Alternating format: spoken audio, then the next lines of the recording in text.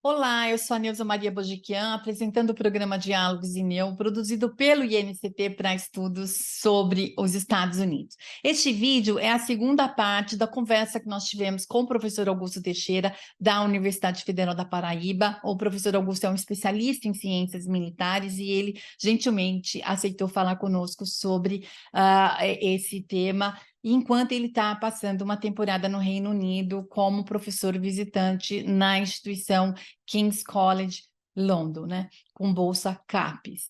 Como a gente já disse no vídeo anterior, ele é autor do livro Geopolítica, do pensamento clássico aos conflitos contemporâneos.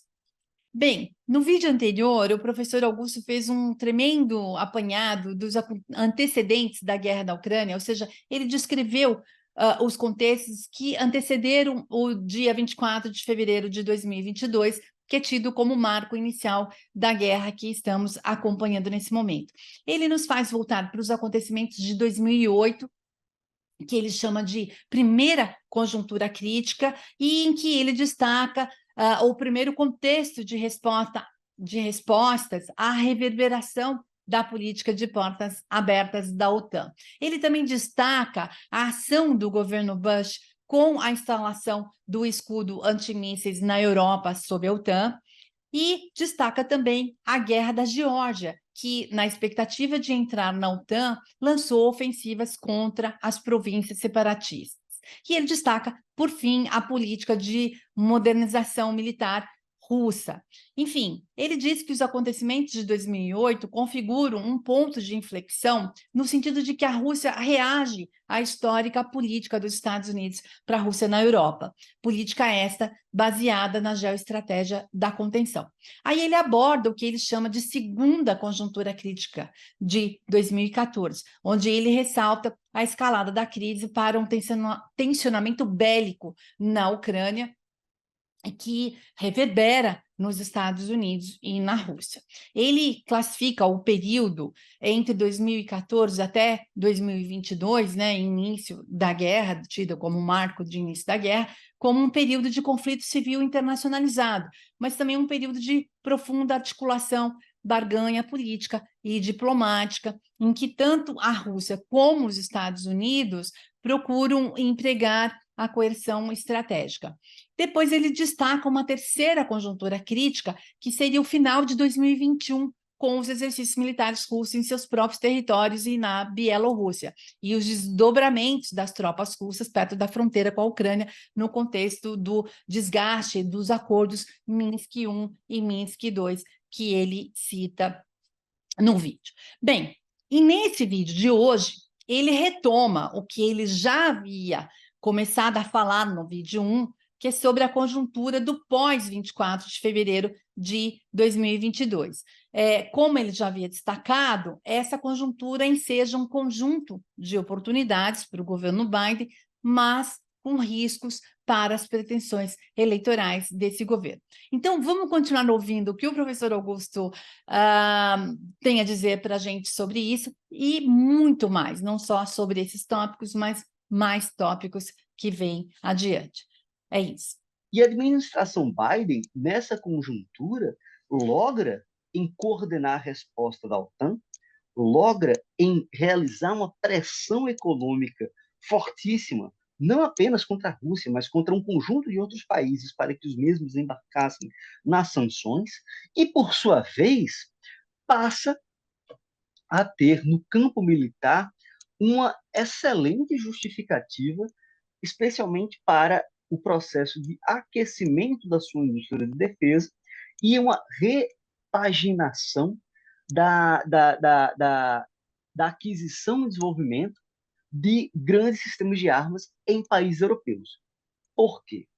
Aí é que é um dado extremamente importante a se considerar, especialmente no primeiro ano da guerra. A Ucrânia, como nós falamos aqui, já estava em diálogo com a OTAN em contexto da cooperação técnica, cooperação militar, pelo menos desde 2014, 2015, com treinamento, aquisição de um ou outro equipamento, etc.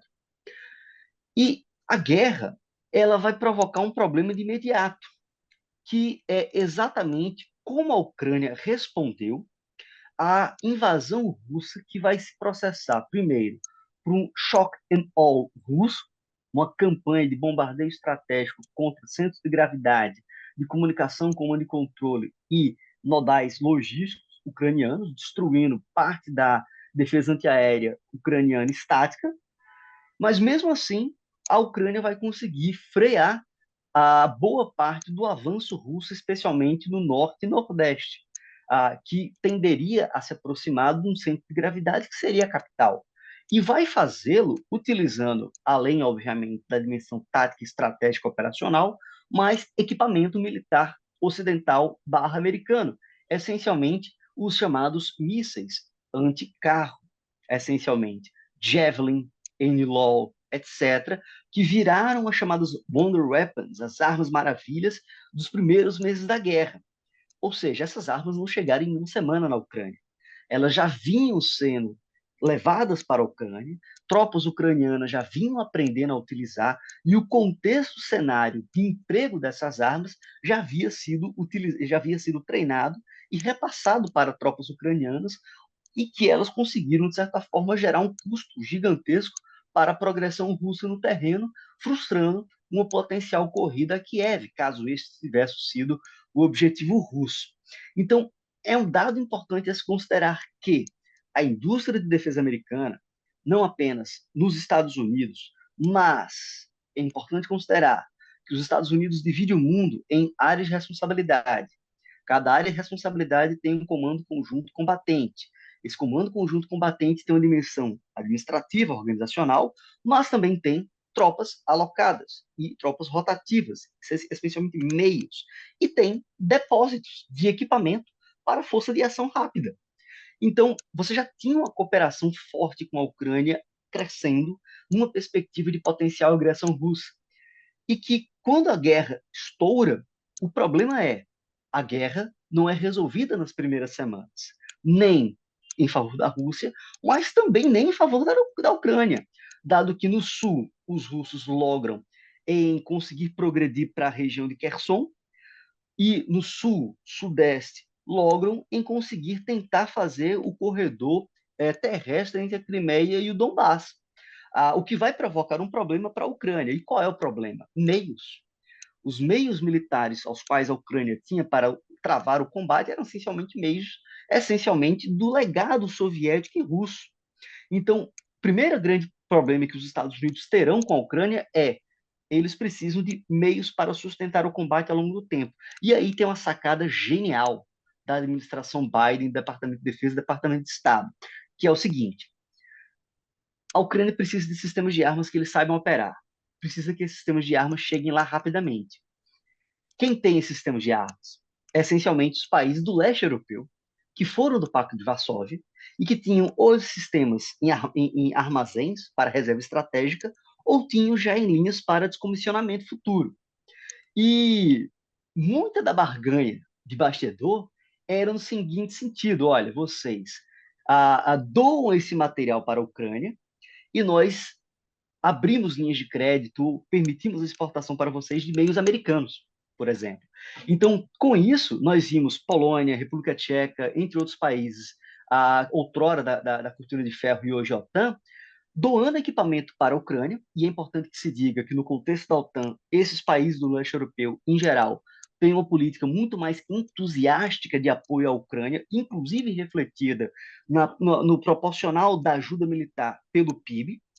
Claro que no campo total não é gigantesco, mas para o esforço nacional é muito, e vai permitir com que a Ucrânia, naquele momento, tenha meios a sustentar o combate, mesmo com elevadas perdas no terreno, produzindo para os Estados Unidos, de um lado, a oportunidade de sustentar a capacidade combatente ucraniana naquele momento, e, por outro, abrir uma oportunidade de mercado maravilhosa para que a sua indústria de defesa fornecesse meios para esses países. Claro, não apenas os Estados Unidos ganharam com isso, mas também outros países amigos, como a Alemanha, para exportação de Leopard mais modernos para países que doaram meios para a Ucrânia, ou até fora da Europa, como a Coreia do Sul, que está em processo de exportação de blindados para a Polônia, por exemplo.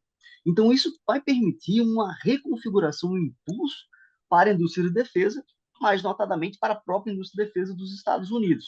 Então você soma, de um lado, a OTAN passa a ter significado, passa a ter sentido. Toda a retórica dos anos 90 e 2000 de uma potencial agressão russa, ela se torna quase como uma profecia autorrealizadora. Ela se concretiza em 24 de fevereiro. Ela dá sentido à OTAN não como organização de gerenciamento de segurança, mas como uma aliança militar defensiva, que é o elemento que enseja a sua própria criação.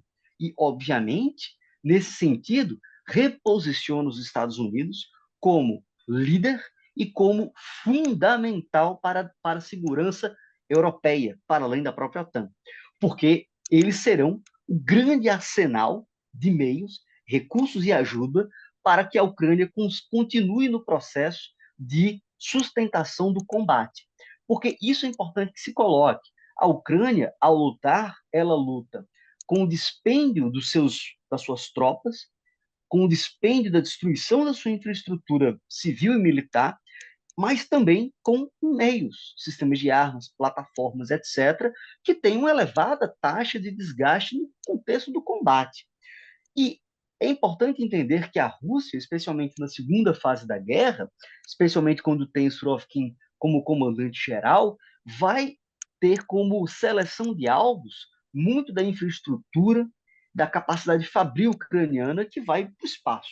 Não é à toa que hoje a Ucrânia sim tem uma capacidade de indústria de defesa, normalmente subterrânea, protegida, quase como bunkers, ainda do período soviético, mas depende muito do exterior para ter meios industriais de continuar lutando. Então, se a gente soma o reposicionamento dos Estados Unidos com a ressignificação da aliança, somado ao impulso da sua indústria de defesa, que para o Biden é ótimo, é essencialmente fundamental, você tem um terceiro fator simbólico para os Estados Unidos e para a própria OTAN, que é a transformação da guerra da Ucrânia numa chamada proxy warfare. Em que sentido? A própria Rússia, após a primeira fase da guerra mais fortemente, vai dizer que a guerra na Ucrânia é contra a OTAN. E a guerra é na Ucrânia e não contra a Ucrânia. Na verdade, eles não falam de guerra, eles falam de operação militar especial. Dado que eles não declararam guerra formalmente, a mobilização militar não é total, e não obstante sofram com as sanções de forma vultosa, eles não estão numa NEP, numa economia de guerra diretamente, se nós considerarmos o contexto, por exemplo, da Segunda Guerra Mundial. Mas, por parte da própria OTAN, a narrativa de que a Ucrânia sangra e paga com preço em vidas pela liberdade, não apenas da Ucrânia, mas europeia. Porque você sempre vai ter o receio, ou a retomada do receio, de que a guerra na Ucrânia transborde para outras zonas de tensão ainda não resolvidas no contexto pós-soviético, como, por exemplo, a questão em relação a territórios na Polônia ou em proximidade com a Polônia, como o exclave de Kaliningrado, que tem ali a linha de Slovik, que vai fazer a comunicação com o território russo e passa pela Polônia e é um território problemático. Os países bálticos, que têm um receio de que a Rússia poderia se projetar em força, retomando aqueles territórios contra si. Então, essa narrativa vai ser muito importante de que a guerra pode transbordar. E isso vai ser importante não apenas para os Estados Unidos, no sentido de demonstrar a relevância da OTAN, da estrutura militar que eles sustentam e a sua orientação como conceito estratégico da OTAN para o futuro, como esse receio, esse medo sustentado vai ter uma repercussão na opinião pública europeia que vai impulsionar a mudança de comportamentos históricos relacionados à neutralidade. E aí a gente começa a entender melhor como Finlândia e Suécia vão mudar posturas históricas em relação à neutralidade. E em que contextos, para os Estados Unidos, isso é uma vitória acachapante na coordenação da OTAN. A Finlândia não apenas por ter uma fronteira gigantesca de mais de 1.000 quilômetros com a Rússia, apesar da fronteira, entre aspas, mais móvel ser bem menor, é um país importantíssimo por ter forças armadas adestradas, treinadas e preparadas. É um país que viveu duas invasões soviéticas no contexto da Segunda Guerra Mundial. É um país que, apesar de uma política de neutralidade, pacifismo, é um país armado. E a Suécia, que tem, não obstante, forças não tão em prontidão como a Finlândia, mas tem uma indústria de defesa primorosa, autônoma e que compete com a americana, em certo sentido. Então, a entrada deles na OTAN é extremamente importante para o fortalecimento da aliança, para um fechar do anel geoestratégico contra a Rússia e, por sua vez, como elemento de que reforça um peso dos Estados Unidos como um ator necessário para a segurança europeia, algo que a administração Biden, até o momento, tem sabido fazer bem, especialmente através da delegação para o Secretariado-Geral da OTAN, que vem, de certa forma, sendo homem de frente dessas negociações, especialmente com membros não tão tranquilos como a própria Turquia, que vem indicar o seu apoio a essas mudanças. Então, quando nós consideramos esses elementos, a guerra, no seu primeiro ano, 2022, vai apresentar graves e importantes pontos de inflexão que reposicionam os Estados Unidos e, de certa forma, fazem recuperar os estragos ou qualquer estrago que a administração Trump proporcionou no contexto europeu. De um lado, ressignifica a OTAN, reforça sua validade como aliança estratégica, como aliança militar defensiva, amplia a OTAN para dois membros prontos, Finlândia e Suécia, que podem contribuir com meios, tecnologia e pessoal para a, a divisão social do trabalho de defesa da OTAN, como ela assim funciona, fortalecendo o flanco leste e o flanco norte da aliança, e, por sua vez, reforça um dito clássico do Nicholas Spikeman, geopolítico lá dos anos 40 americano, de sustentar o peso dos Estados Unidos nas duas franjas da Eurásia, em que, no contexto Ásia-Pacífico, já está muito bem equacionada por uma estratégia de rivalidade, competição e coerção contra a China, especialmente no seu porta-aviões inafundável, que é o Japão, ou na sua cabeça de praia geopolítica, que é a Coreia do Sul, que, em grande medida, permite com que eles tenham presença no jogo estratégico a leste, e a invasão russa à Ucrânia cria o contexto para o reavivamento da Europa como geopoliticamente relevante, no contexto de ter, agora sim, um near peer competitor em força, ao qual a coerção estratégica e a política de contenção se justifica e é necessário. Então, quando nós consideramos o aumento do gasto militar dos países europeus, e aí, obviamente, tendo como exemplo mais importante a mudança da postura alemã, no sentido de, sob um partido social-democrata no governo, exportando agora material bélico para países em guerra, justificando isso para o público alemão e, por sua vez, aumentando seus gastos militares, são sinais muito claros de que mudanças tectônicas ocorrem dentro do contexto europeu, o que, claro, não acontece sem conflito interno. Por exemplo, como a França irá equacionar a sua postura de relativa autonomia no contexto da OTAN, agora com a Finlândia, muito em breve com a Suécia, que são outros dois pesos relevantes no contexto da OTAN. Como esses países, em um contexto posterior ao arrefecimento da guerra, dialogarão com os Estados Unidos.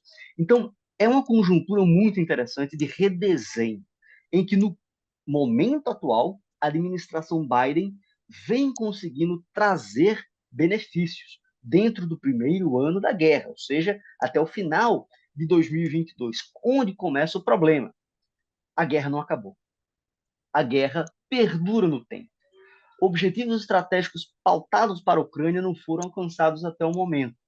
E eleições nacionais estão previstas, gerando o medo da mudança do comportamento da opinião pública, as dificuldades econômicas da sustentação do apoio e, obviamente, os custos e implicações de uma guerra prolongada na Europa em um contexto em que é muito caro, não apenas economicamente, mas socialmente, a manutenção de um apoio irrestrito à Ucrânia, num contexto em que é possível ter alguma negociação plausível, a qual ainda não tem sinalização. O impacto do evento político de conflito armado internacional para a política interna e eleitoral dos Estados Unidos é sempre um problema que eles têm que lidar, né? Então, se é um país muito envolvido nesses jogos, né? Nessas interações geopolíticas, em conflitos armados, mesmo em guerras, tem também o custo ou o impacto disso para a política interna e especialmente a política eleitoral. Eu achei bem interessante você ter trazido aquela inquietação no mundo sobre como dar resposta à anexação da Crimeia e à guerra civil ucraniana que a gente vinha assistindo, né? Então, isso realmente todo mundo que acompanha os conflitos internacionais ficaram se perguntando, né? E o dissenso que esses eventos provocaram na OTAN, né? Citou, por exemplo, como a Alemanha e a França lidaram com isso, priorizando aí manter o diálogo, com vistas a desescalar o conflito, né? E também citou outros países que manifestaram preferência por resolver problemas ligados à imigração, né? Então, quer dizer, cada um colocando na agenda o que mais impacta, né? O que mais traz ali problemas, né? Para cada um desses países, pensando que a União Europeia não é um bloco monolítico, né? Não é formadas tem toda essa autonomia em política, né?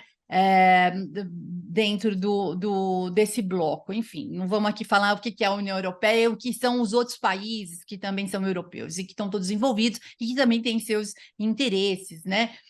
E aí vem o conflito armado de 2022 e acaba resolvendo esse problema de disputa de agenda e de disputa sobre um novo desenho para a OTAN, vamos dizer assim, né, que se chamou de ressignificação da OTAN, né, ou seja, trazer uma perspectiva para a OTAN. Então, os Estados Unidos aproveitaram essa oportunidade para, como você disse, dar respostas multidimensionais. Então, agora eu gostaria de continuar te ouvindo sobre a atuação do que a gente chama de Ocidente, né, sob a liderança dos Estados Unidos na guerra na Ucrânia, e mais especificamente sobre o padrão estadunidense, vamos chamar assim, de fazer guerra. Eu acho que uma das características mais interessantes no processo bélico desse mais de um ano em que a guerra se estende é exatamente a ida da euforia até a suspeição, ou ao menos o receio. Em que sentido? Se nós considerarmos, como falávamos no outro vídeo, né, você tem uma cooperação importante, crescente, entre Estados Unidos e a OTAN com a Ucrânia, no treinamento, na inteligência, cedendo, vendendo material bélico.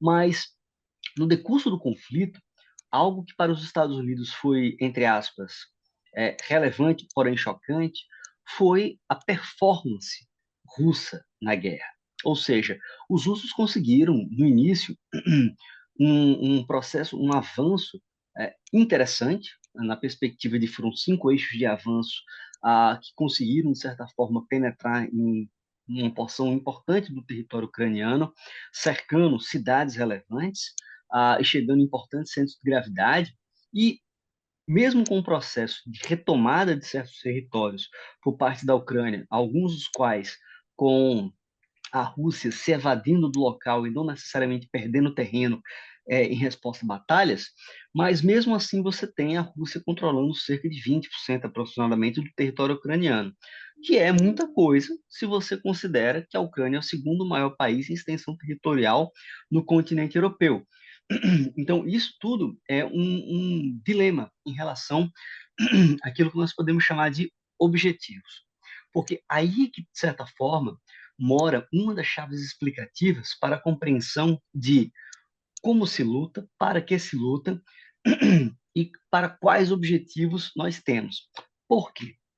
Quando nós lembramos do começo da guerra, os objetivos por parte dos Estados Unidos e Ucrânia pareciam ser, em grande medida, objetivos maximalistas. Em que sentido? Se pensarmos em termos de o ponto de virada, ou seja, o outcome desejado, era basicamente a destruição das forças russas no ambiente ucraniano e a sua retirada da Ucrânia. Ponto. Por parte da Rússia, você tem um elemento, de certa forma, cinza, ou seja, não tão claro em relação à magnitude dos objetivos. Por quê? O discurso do Putin no dia da invasão, na véspera da invasão, ele fala basicamente em desnazificar a Ucrânia e também a destruição, o desarme da Ucrânia, em retirar dela a sua capacidade de lutar. E são objetivos assim, afinal, o que é que isso significa para além do âmbito político? Como é que eu mensuro esses objetivos?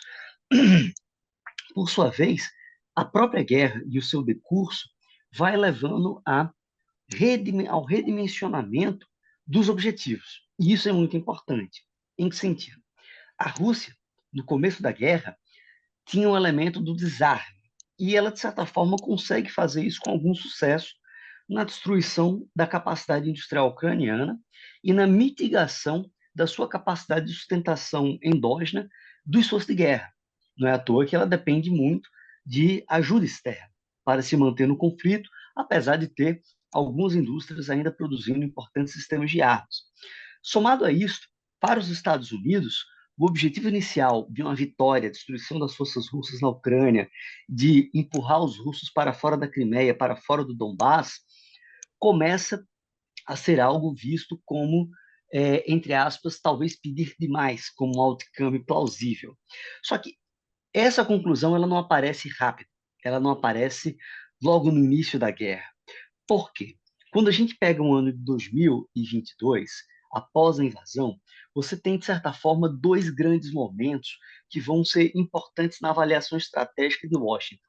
Primeiro, o resultado da primeira fase da guerra, em que a Rússia se projeta no território ucraniano, em que os Estados Unidos leram como um fracasso, porque eles tinham a ideia de que o conceito operacional russo buscaria uma guerra de mobilidade, quase como uma guerra relâmpago, tentando chegar em Kiev, uma corrida para Kiev, para levá-la ao colapso e daí ganhar a guerra, efetivamente, forçando a rendição, algo que não ocorreu.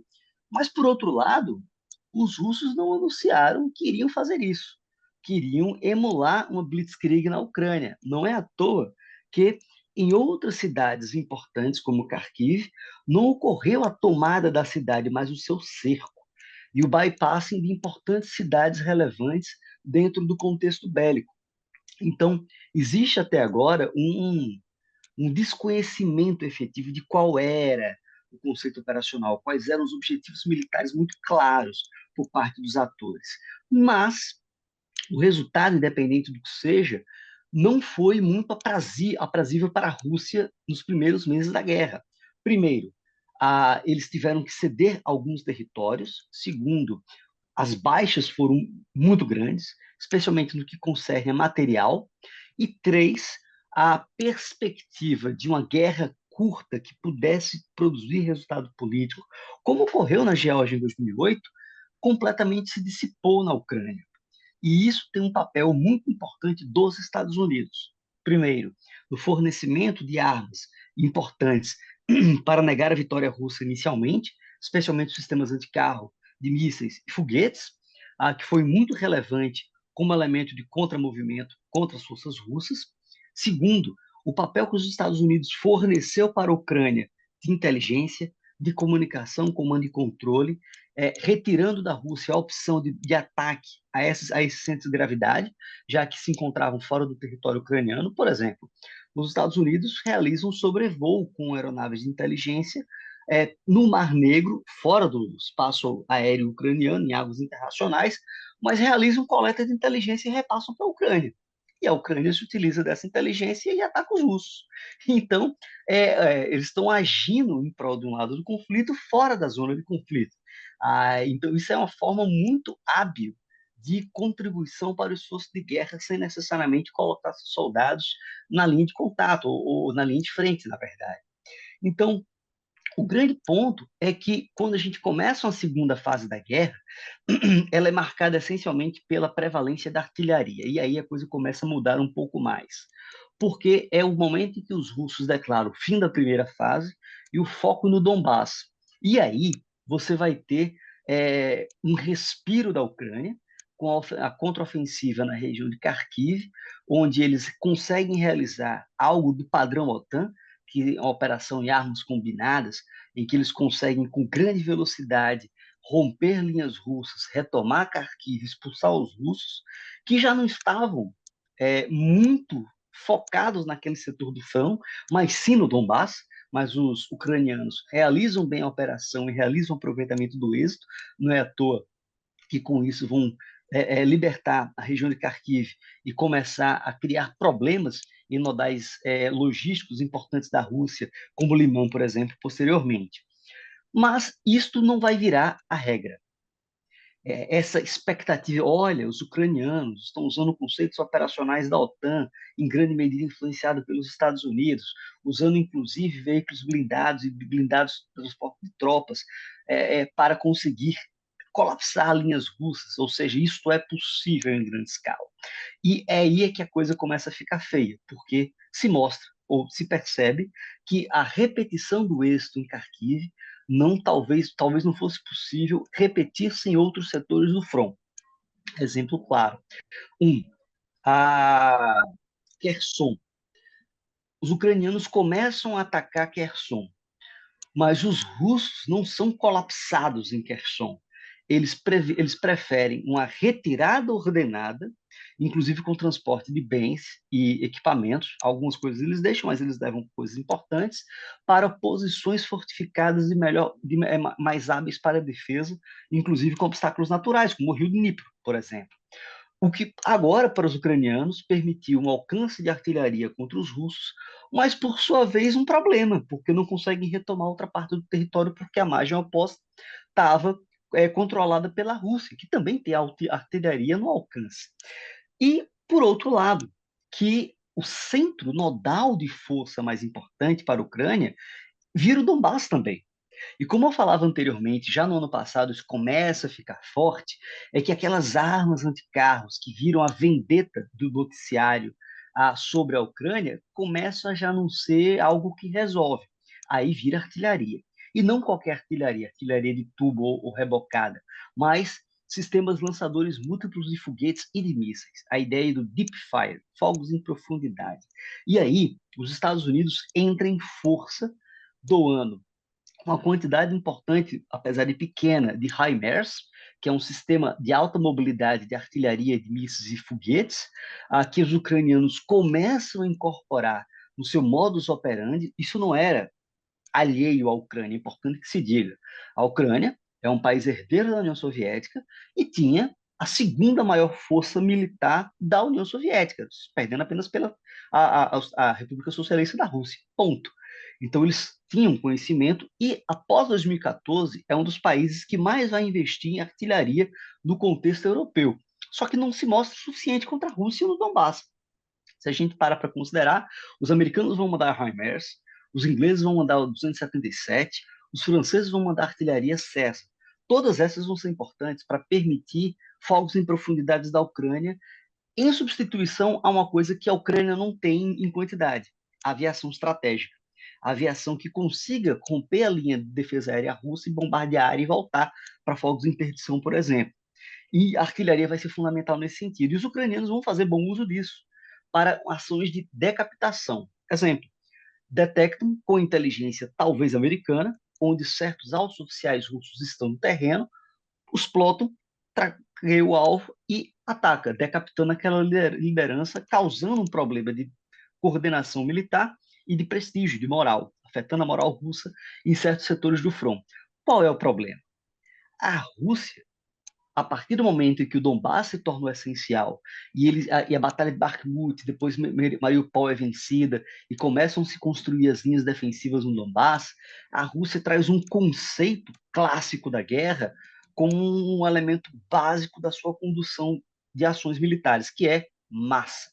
Ou seja, os russos não vão estar tão preocupados em mobilidade, mas vão estar preocupados em defesas estacionárias e avançar sob forte apoio de fogo. Na verdade, a mobilidade se torna uma forma para concentrar alvos ucranianos para poder destruí-los com artilharia. É por isso que os avanços russos até hoje são muito lentos, pelo conceito estratégico pelo qual eles operam, priorizando suas forças terrestres, essencialmente artilharia, pelo preceito da massa e economia de força. Então, quando a gente olha, isso vira um problema para a Ucrânia, porque aquelas ofensivas rápidas e com reconquista de território se tornam um problema. E se torna um problema reconquistar território para os Estados Unidos, para a Ucrânia, perdão, como os Estados Unidos encaram isso? Porque aquela ideia de que, olha, a guerra pode ser vencida, é possível, por exemplo, uma mudança de regime na Rússia, colapso da sua economia, a dissensão entre os seus militares e a liderança política, nada disso acaba vindo a ocorrer. Então, o prospecto de uma guerra prolongada começa a, de certa forma, minar, ou poder minar, alguns ganhos que os Estados Unidos conseguiram lograr durante o primeiro ano. E aí, quando a gente pega o finalzinho do primeiro ano da guerra, o inverno, que vai dificultar as ofensivas e as contraofensivas ucranianas, tal como as russas, mas é o momento em que os russos vão reorganizar o campo de batalha no processo de construção de linhas estáticas e móveis defensivas. E aí a coisa muda de figura, especialmente quando a gente passa para 2023. Por quê? Porque os Estados Unidos, no seu apoio militar, a gente falou de armas anticarro, de sistemas HIMARS, por exemplo, mas os Estados Unidos e países da OTAN foram fundamentais para dotar a Ucrânia de artilharia e de defesas antiaéreas, que vai permitir a defesa, por exemplo, em Kiev, contra mísseis russos ou contra drones de loitering munition russos, vai permitir alguma defesa antiaérea para proteger unidades ou grandes unidades que se movimentam no terreno em ações ofensivas, etc., que são elementos importantes para aumentar a sobrevivência de tropas ucranianas em combate. O problema é que os objetivos que poderiam levar a Rússia ao colapso ou à desistência ou à mesa de negociações em condições mais favoráveis para a Ucrânia não se concretizam. E esse é um dado muito importante quando a gente lê a guerra da Ucrânia, que ajuda a entender um pouco por que nem tanta a Ucrânia, nem tanta a Rússia, e muito menos os Estados Unidos, pesam a mão em uma mesa de negociações agora. Porque muito do que pode ser conquistado politicamente ainda depende do resultado do campo de batalha, ainda depende do acúmulo dos resultados dos engajamentos, como colocaria o Clausewitz.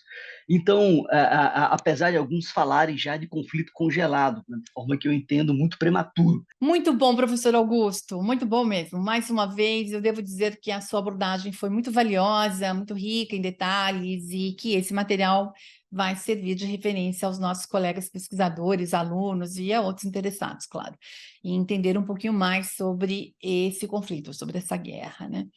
E, pessoal, eu estou muito agradecida pela companhia de vocês aqui.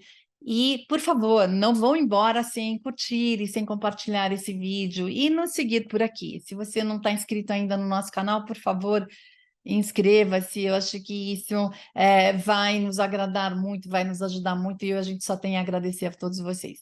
A gente, então, volta a se ver e se ver com o professor Augusto mais uma vez, tá? Nos dando tremendas aulas. Até mais.